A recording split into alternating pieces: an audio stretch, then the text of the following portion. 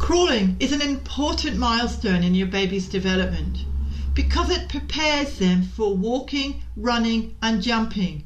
Encouraging a baby to crawl and engaging with them whilst they are doing this, it is really important, and I share some ways to do this in this episode.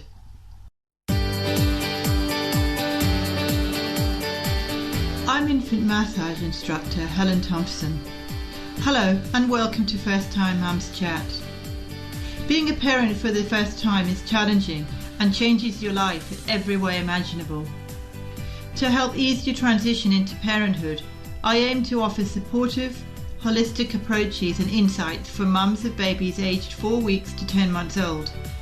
My goal is to assist you to become the most confident parent you can and smooth out the bumps along the way. This podcast is brought to you by My Baby Massage, so let's do this together. This podcast is for informational purposes only and does not constitute medical advice. Please contact a medical practitioner if you are concerned or have any medical issues. Have you often wondered how you can entice your baby to crawl? This is a very important milestone as crawling helps with balance, hand-eye coordination, and it develops core muscle skills and core muscle strength, preparing your baby for walking, running and jumping. In this podcast, we will discuss the benefits of crawling, the different ways you can entice your baby to crawl, and ways to help you engage your baby who's crawling. So let's start with some of the benefits. Crawling helps with vision. By looking at a distant object on all fours and then focusing on their hands in order to reach the objects, your baby's eyes are adjusting to varying distances. And this encourages their eyes to work together, and these skills assist them in later life with all sorts of things, like from driving a car to catching a ball and to jumping and to riding, and there's so many things it helps with. But the other benefit, which is really intriguing for me as I've studied kinesiology and brain gym in the past, it helps to work with both sides of the brain. And when babies start to coordinate their arms and legs in a fashion that propels them forwards, they are doing something rather incredible. It's called cross-lateral integration, which could also be another way of putting that is crossing the midline, which is when the left and right side of the brain have to work cooperatively with our bodies in order to function at our best. And these two sides of the brain need to be in full communication with one another in order for us to do that. The other benefit is as I said before, it boosts cross motor skills and it helps improve their physical ability as well as developing their growth and fine motor skills. Crawling helps with balance, hand-eye coordination and overall strengths. The development and refinement of these skills will also help your child, as I've mentioned, with things like running, jumping, even fastening clothes and throwing balls. Your baby will also be preparing her body for walking by exercising certain muscles that need to hold her upright. And crawling also helps to boost problem solving. As your babies become more mobile, they are also learning how to navigate obstacles. They are developing their spatial awareness, and they are also starting to figure out ways around solutions, to think in a different way. For instance, if they can't crawl over a chair, they'll work out how they can crawl through the chair or crawl around the chair. And that's the sort of thing that I'm talking about. This early thinking forms the basis of later, more advanced problem skills. Crawling brings with it a lot of fun times too. There are so many games you can play together to have fun with your baby. New fond motor skills and a whole new world of things for your baby to head on over to and discover.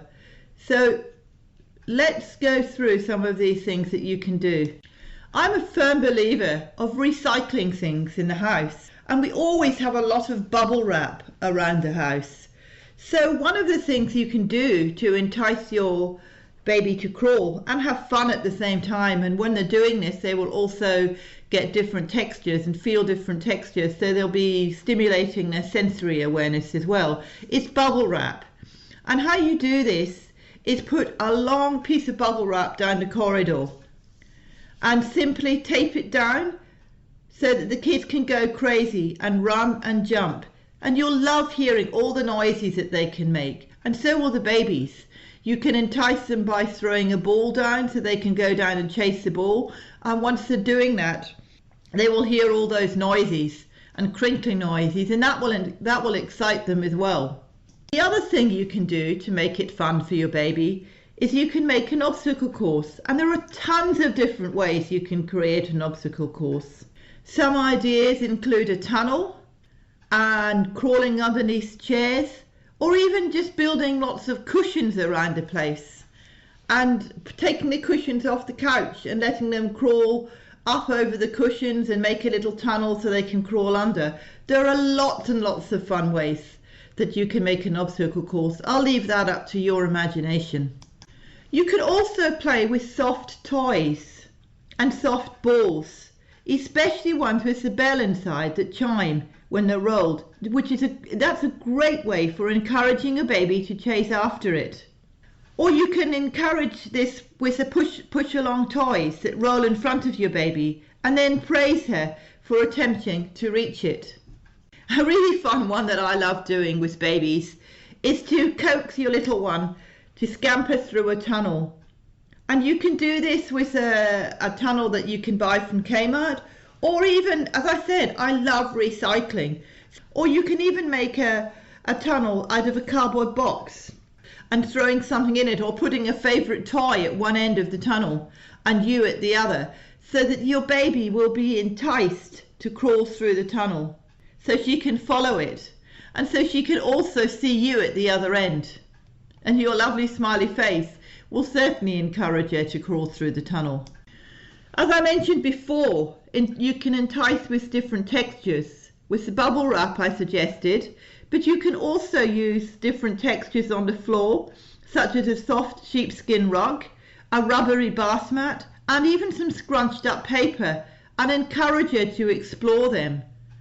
If you put tissue paper on the floor and just tape it down and put it all over the place, you'll be encouraging your baby to crawl, to find and to scrunch all that the tissue paper so they hear different noises.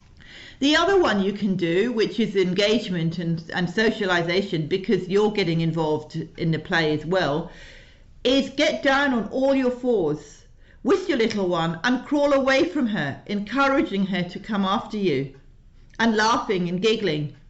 Make it fun, make it like hide and seek. The other one is make a pillow course. Throw some cushions and airy pillows on the floor, and your little mover will delight in trying to crawl over them. Or find a toy, play and find a toy.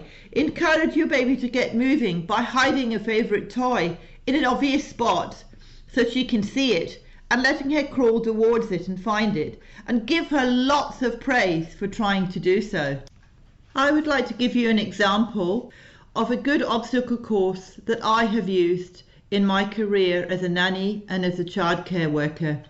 And this has been a great one for kids, and they've loved it. This involved cushions, scarves, balls, and cardboard boxes. It was really easy to set up. I put cushions, stacked up a few different cushions of different sizes. I then put tunnels. I used a cardboard box to make a tunnel, and I used balls. I put a ball at the end of the tunnel, and then lots of scarves and everything hanging up, so that the babies could crawl through all of this.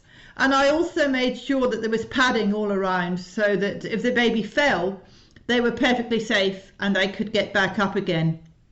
The scarves were a great asset because it allowed the baby to visually see all the different colours and to gravitate towards them and stretch your little hands out to get to the scarves. It was a great success, and the babies who participated in it really enjoyed it. So, as I said before, these are only some ideas that you can use, and I really hope that in this podcast I have given you some great ideas that you can find and you can use for your baby. Thank you so much for listening. If you're looking for additional help or resources, I also run a free Facebook group called First Time Mums Lounge. So please join me and you'll gain access to tips to help you and your baby through the beginning stages of your journey. You can access the group by going to mybabymassage.net/Facebook. mybabymassage.net/Facebook. I also welcome questions, comments and feedback on my podcast episodes. Please feel free to reach out by sending me an email at info@mybabymassage.net. info@mybabymassage.net. And once again, thank you so much for listening.